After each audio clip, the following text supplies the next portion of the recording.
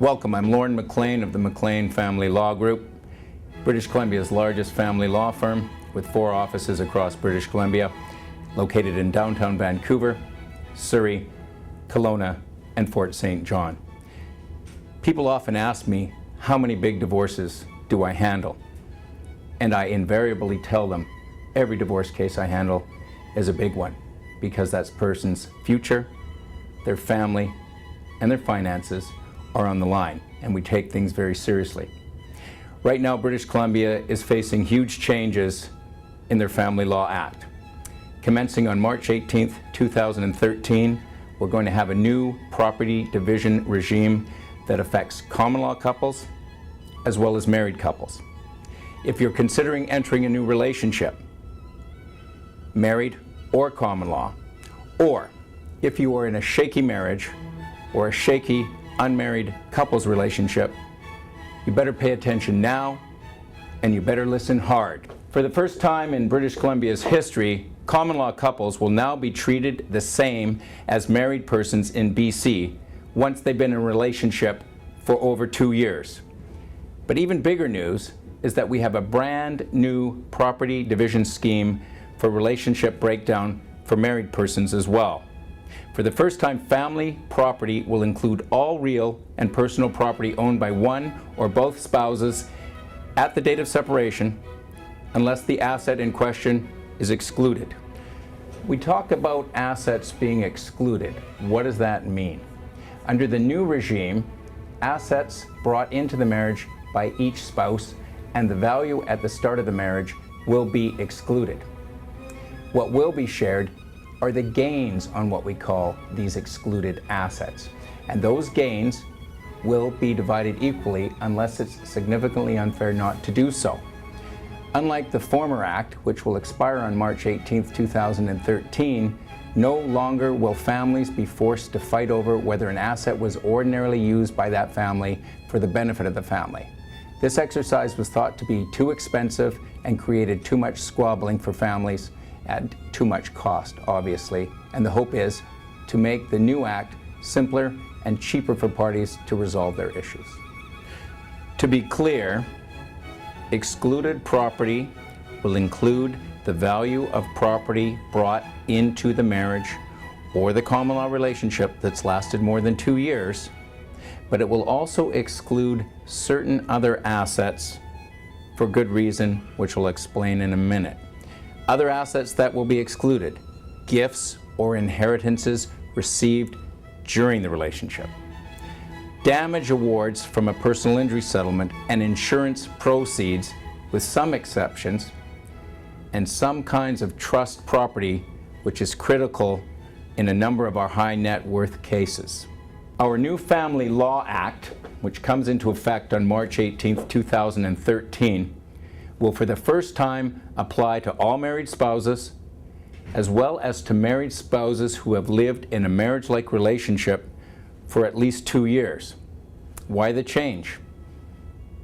The courts and the government wanted clearer rules so that we can focus earlier on settlement. I tell people it's very critical that we try to take a bite of reality sandwich right off the bat in their case, rather than at the end after a lot of money has been spent. The goal here is to reduce cost, to reduce conflict, and let people move on to a successful post-separation life free from bitterness and recriminations. What's critical under the new act is the concept that parties should share in gains made through joint marital effort, where they've worked as a team to acquire or improve assets. Obviously, if you had an asset at the start of the marriage with a value, that joint effort didn't exist. The gain might be related to joint effort.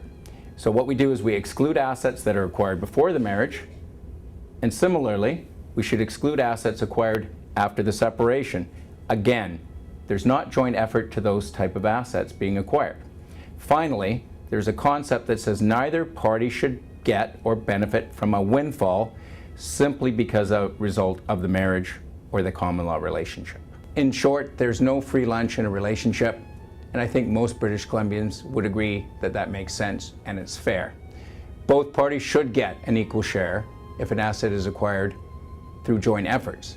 And when I talk about joint efforts, I'm not talking just about joint or equal financial contribution. What I'm talking about is putting the homemaker and the breadwinner on an equal playing field. They both provide valuable services to the family. Both are entitled to equal credit. It's not just about who paid for something or whose name that asset is in.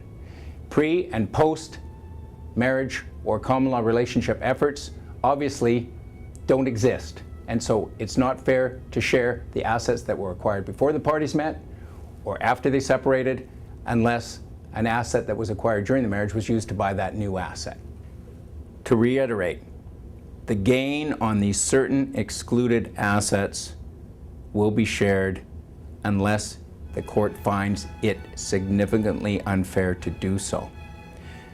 I suspect arguments will arise over whether the gain should be shared on an asset that was an investment, for example, an inheritance, for example, or a gift that is simply appreciated due to market conditions without any contribution whatsoever from the new spouse. And so we'll be looking forward to see how the law unfolds in that regard. Looking at Alberta cases, there have been arguments made that if the asset is kept separate and apart from what is called marital property, perhaps even the gain will be excluded or shared unequally.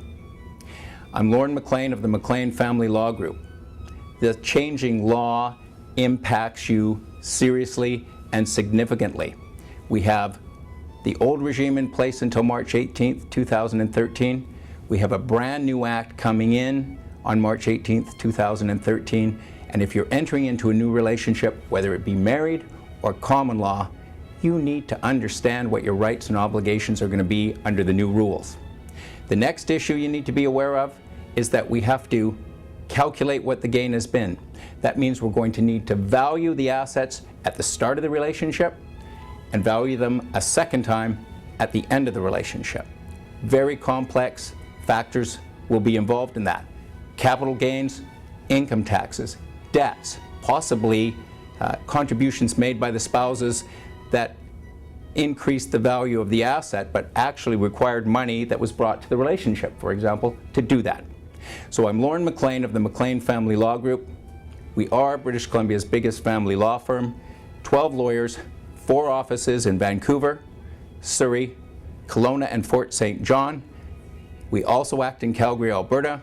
Our toll-free number in North America is 1-877-602-9900. Our website is www.bcfamilylaw.ca. You can also follow us on Twitter and go to our Facebook page. I'm Lorne MacLean. Thanks for watching.